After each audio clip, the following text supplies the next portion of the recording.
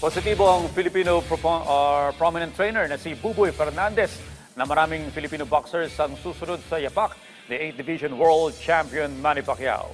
Yan ay kasunod na matagumpay na pagdaraos ng Trilla in Manila 2 sa bansa. Ang kabuang detalye sa report ni Bernadette Tinoy. Matapos ang makasaysayang pagdaraos ng Trilla in Manila 2 nitong Miyerkules sa Araneta Coliseum, kung saan nasungkit ng bawat Pinoy boxers ang kampyonato sa historic event. Hindi maikakailanan na nananantay sa dugo ng bawat boksingero ang lumaban na may puso para makapagbigay karangalan sa bansa. Yan ang binigyan diin ni Filipino boxing trainer na si Buboy Fernandez, na kilala bilang matalik na kaibigan at trainer ni 8th Division World Champion Manny Pacquiao. Anya, maraming bagong boxers ngayon ang naeengganong subukan na nasabing larangan dahil sa inspirasyon na hatid ni Manny.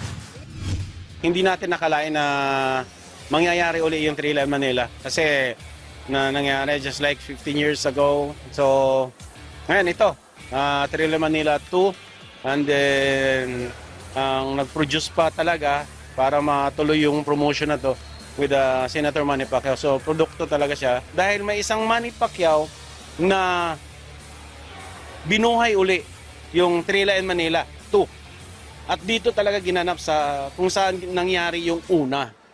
So kami sa Team Pacquiao masyado kaming masaya dahil kumbaga natutulungan natin yung mga Filipino fighter natin. Ipiniliwanag din ni Buboy na malaki na ang progreso at pagbabago ng boxing bilang sport lalo na sa Pilipinas. Sa pamamagitan anya ng tamang paggabay sa mga manlalaro, hindi malabo makapag-produce muli ng world champion ng bansa. Dati 15 rounds. 15 rounds dati. Ngayon kasi 12 rounds. And then iba yung training nung year na yon kaysa new generation, iba yung training nila. At iba yung ano ng mga kabataan ngayon, di ba? Ang importante lang kasi diyan yung guide. Kailangan silang i-guide ng tama. Kailangan determinado sa trabaho para magiging world champion. Kasi sa akin maraming Filipino fighter sa boxing na magagaling. Kaya sabi ko nga sa ginagawa ng Senator Manny Pacquiao sa mga boksingero nating Pilipino na tinutulungan niya na ibuhos nila yung pagkakataon na to. Samantala, kasunod ng pagkapanalo naman ni Filipino Olympian bronze medalist Yumir Marshall kontra kay Eddie Colmenares ng Venezuela sa Trilla in Manila 2, positibo si Buboy na malayo pa ang mararating ng boxing champion. Kailangan disiplina sa sarili.